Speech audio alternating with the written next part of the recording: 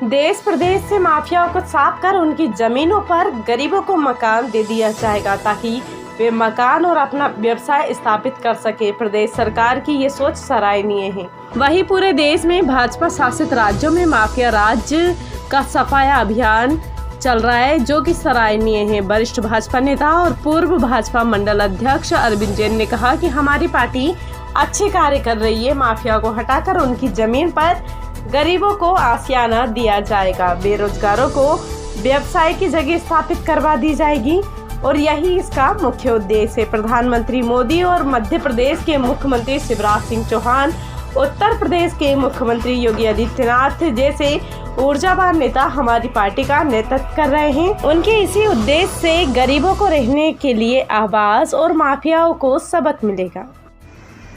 देखिए, शिवराज सिंह चौहान द्वारा जो अभी खरगोन हो, भोपाल हो या रायसेन जिले में भी उन्होंने एक्शन लिया है, वास्तव में ये बहुत सराहनीय कदम है और ये कदम बहुत पहले उठा लेना चाहिए थी सरकार को, और जो भी सरकार रही है उनको भी ये कदम उठाना चाहिए थे।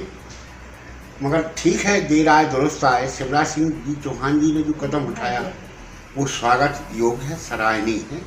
हम उसकी बहुत बहुत उनको साधुवाद देते हैं और उनके इस कार्य की हम बहुत प्रशंसा करते हैं। देखिए, ये जो कार्रवाई हो रही है वो किसी के कहने से नहीं हो रही है।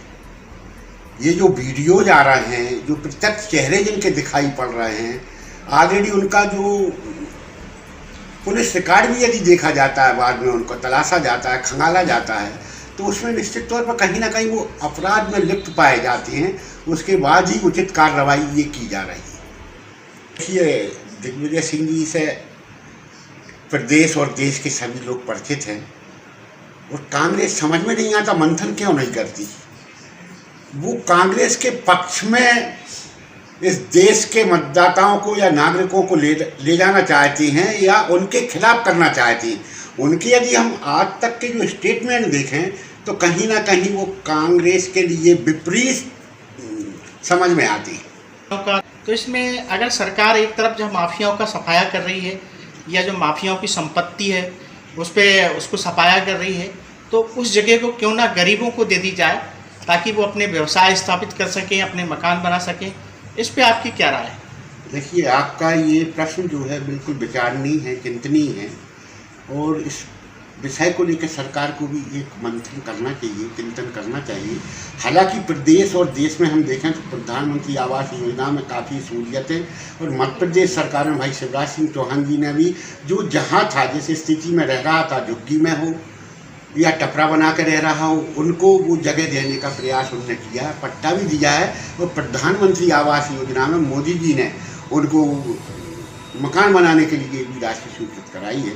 परंतु ये जो आपका कथन है निश्चित तौर पर बहुत अच्छा कथन है और सरकार को इस पर विचार कर उचित निर्णय कर निश्चित तौर पर जो दुखी हैं, अब 2 वर्ष ऐसे निकले हैं, 2019, 2020, 2021 महामारी का काल रहा, पूरा विश्व इसमें जूझ रहा था।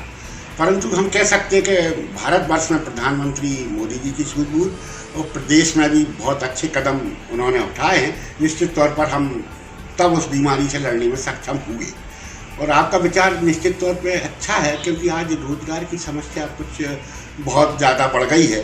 जब से कोरोना काल के बाद तो और ही ज़्यादा बढ़ गई है और निश्चित तौर पर यदि कॉमर्शियल जगह है और कुछ ऐसे लोगों को उनको ज़मीन के साथ साथ दुकान बनाने के साथ साथ उनको ऋण भी उपलब्ध कराएं तो बहुत अच्छी बात है और ज़मीन भी उनको मिलना चाहिए, दे देना चाहिए। विचार करें, मंथन करें, मापदंड सरकार तय करेगी, जिला प्रशासन तय करेगा, उस आधार पर उनको आवंटन करने में कोई बुराई नहीं। देखिए, अपराध तो अकबर बादशाह या अशोक सम्राट के समय में हुआ करती थी, परंतु कम होते थे और निश्चित तौर पर अभी क्या होता था कि जो कानून का सहारा लेकर, लचरता का सहारा लेकर अपराधी कहीं ना कहीं मुक्त हो जाया करते थे।